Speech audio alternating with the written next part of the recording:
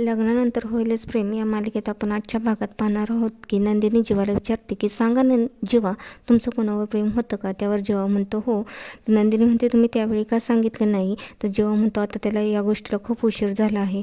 तर नंदिनी माझं एकतर्फी प्रेम होतं. नंदिनी त्यावेळेस म्हणते की तुम्ही त्या मुलीपुरते व्यक्त का झाला नाही? तर जीवा म्हणतो की आता त्या गोष्टीला काही अर्थ नाही, कारण माझ्या अगोदरच तिचा विवाह झाला होता.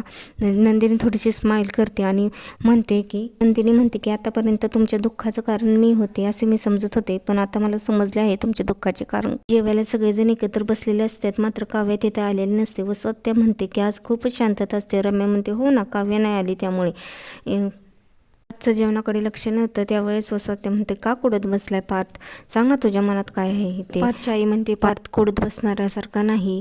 हो ना पार्थला विचारते की काव्याचं आणि तुझं बोलणं झालं का? त्यावर पार्थ म्हणतो हो. मात्र काव्या काही ऐकण्याच्या मनस्थितीत नसते. इकडे काव्या जीवा आणि तिचे रेकॉर्ड ऐकत असते. तिथे रम्या येते आणि रम्या देखील हे रेकॉर्ड ऐकते.